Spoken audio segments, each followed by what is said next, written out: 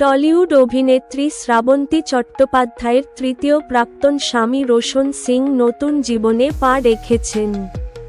বিয়ে করলেন অনামিকা মৈত্র নামের এক বাঙালি কন্যাকে।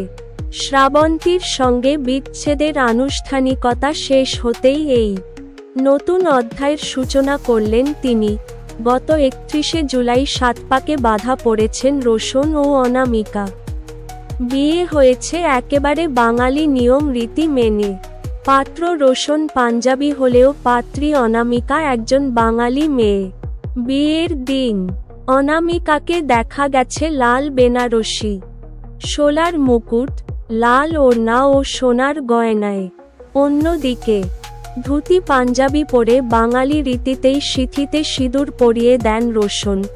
অনামিকার হাতে থাকা বটুয়ায় লেখা ছিল রোশন অনামিকা।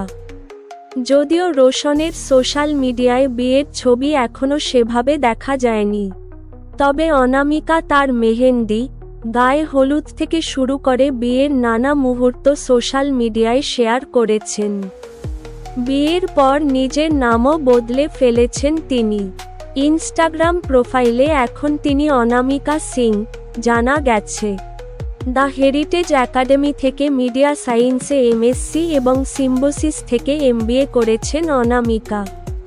কলকাতার মেয়ে অনামিকার সঙ্গে রোশনের সম্পর্কের খবর বহুদিন ধরেই টলিপাড়ায় চর্চায় ছিল।